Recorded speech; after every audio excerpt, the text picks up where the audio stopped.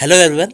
Self तैयारी के इस यूट्यूब चैनल में आपका स्वागत है। इस वीडियो में मैं आपको डिप्टी कलेक्टर कैसे बने इसकी संपूर्ण जानकारी बताने वाला हूं।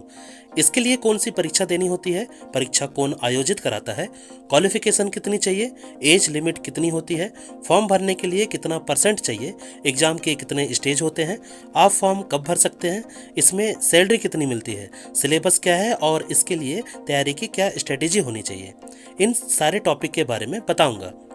इससे पहले कि ये सारे टॉपिक कवर करूं, इस क्वेश्चन का आंसर आप कमेंट बॉक्स पर जरूर दें। राज्य लोक सेवा आयोग के अध्यक्ष व सदस्यों की नियुक्ति का प्रावधान किस अनुच्छेद द्वारा किया जाता है? अनुच्छेद 315, अनुच्छेद 316, अनुच्छेद 317 या अनुच्छेद 318। सबसे पहले यह जान लेते हैं कि कलेक्टर और डिप्टी कलेक्टर में अंतर क्या होता है।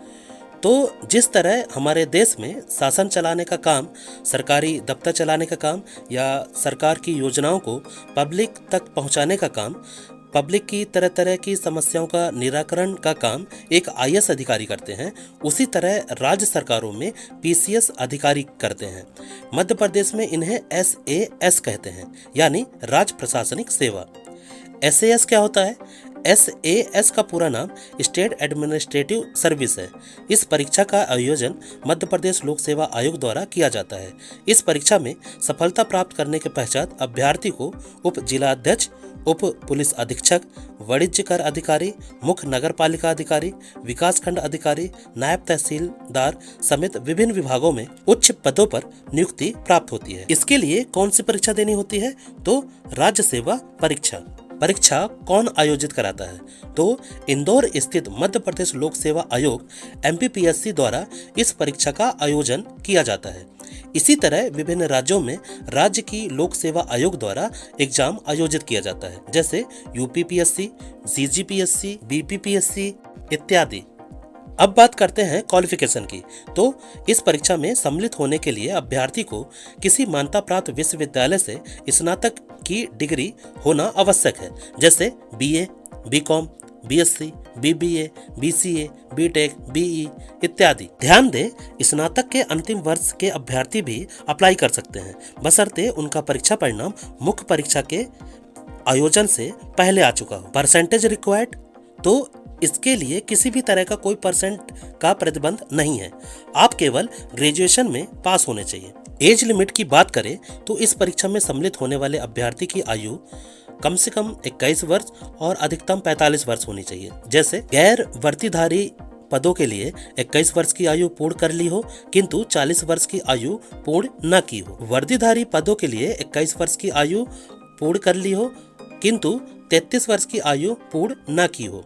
SC, ST, OBC के लिए 5 वर्ष की छूट दी जाती है। किसी भी स्थिति में एज 45 वर्ष से अधिक नहीं होनी चाहिए। शारीरिक मापदंड की बात करें तो कुछ विशेष पदों के लिए, जैसे गृह विभाग, वाणिज्य कर विभाग, जेल विभाग, परिवहन विभाग के लिए वर्दीधारी पदों के शारीरिक मापदंड की आवश्यकता होती है, जिसमें पुरुषों की जो ऊंचाई होनी चाहिए वो होनी चाहिए 168 सेंटीमीटर तथा महिलाओं के लिए जो ऊंचाई होती है वो 155 सेंटीमीटर के आसपास होनी चाहिए। सीना का घेरा जो है पुरुषों के लिए बगैर फुलाए 84 सेंटीमीटर होना चाहिए और पूर्णतः फुलाने पर 89 सेंटीमीटर होना चाहिए। अटेम्प्ट की बात करें तो आप कितनी बार चाहें उतने बार एग्जाम दे सकते हैं, इसमें कोई रिस्ट्रिक्शन नहीं होता है।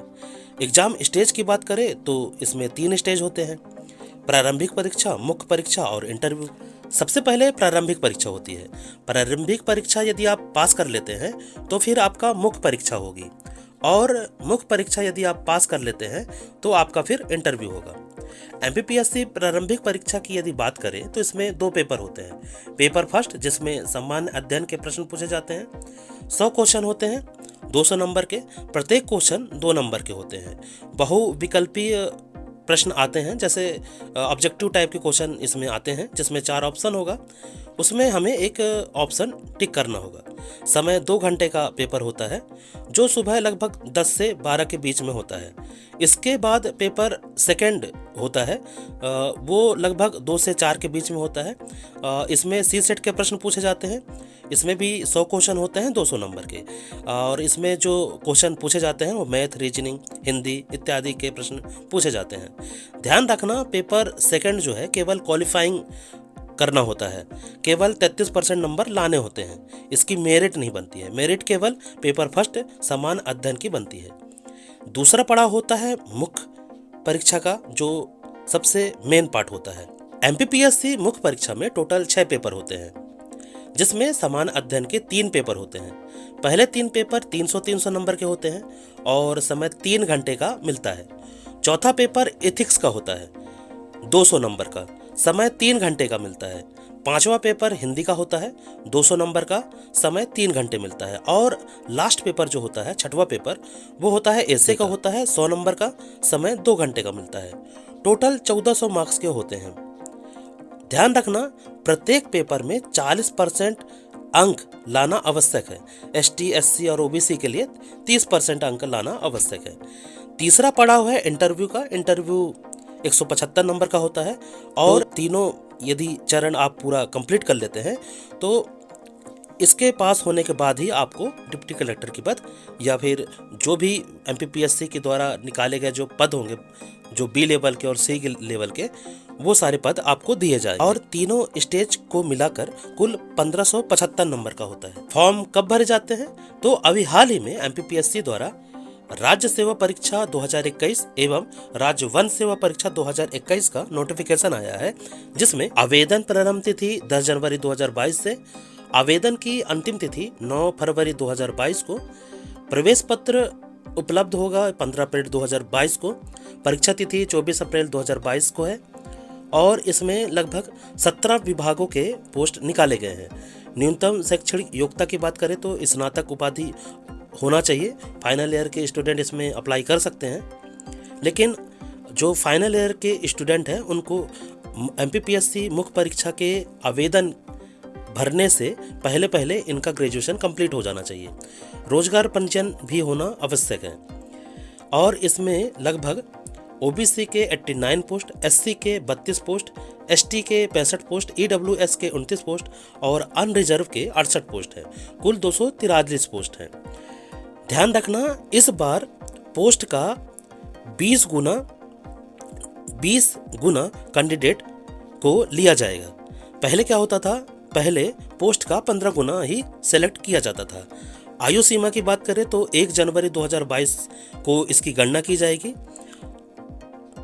और रोस्टर नियम जो है वो हटा दिया गया है। सैलरी की बात करें तो लगभग 50 से 55 हज़ार के बीच इनकी सैलरी रहती है और कुछ अन्य सुविधाएं भी मिलती हैं। सिलेबस की बात करें तो एमपीपीएससी लोक सेवा आयोग ने इसको 10 चैप्टरों में विभाजित किया है, जिसमें मध्य प्रदेश सम्मान ज्ञान से मध्य प्रदेश का इतिहास, संस्कृति एवं साहित्य, मध्य प्रदेश का भूगोल, राज्य की संवैधानिक व्यवस्था, राज्य की अर्थव्यवस्था, भारत का संविधान, शासन प्रणाली एवं अर्थव्यवस्था, राष्ट्रीय एवं प्रादेशिक संवैधानिक सांविधिक संस्थाएं, सूचना एवं संचार प्रौद्योगिकी, अंतर्राष्ट्रीय एवं राष्ट्रीय समसामयिकी घटनाएं, भारत का इतिहास, भारत एवं विश्व का भूगोल, विज्ञान एवं पर्यावरण से रिलेटेड क्वेश्चन पूछे जाते हैं। परीक्षा की तैयारी यानी स्ट्रेटेजी की बात करें तो इसमें सर्वप्रथम सिलेबस अच्छी तरीके से इसमें पढ़ लेना चाहिए।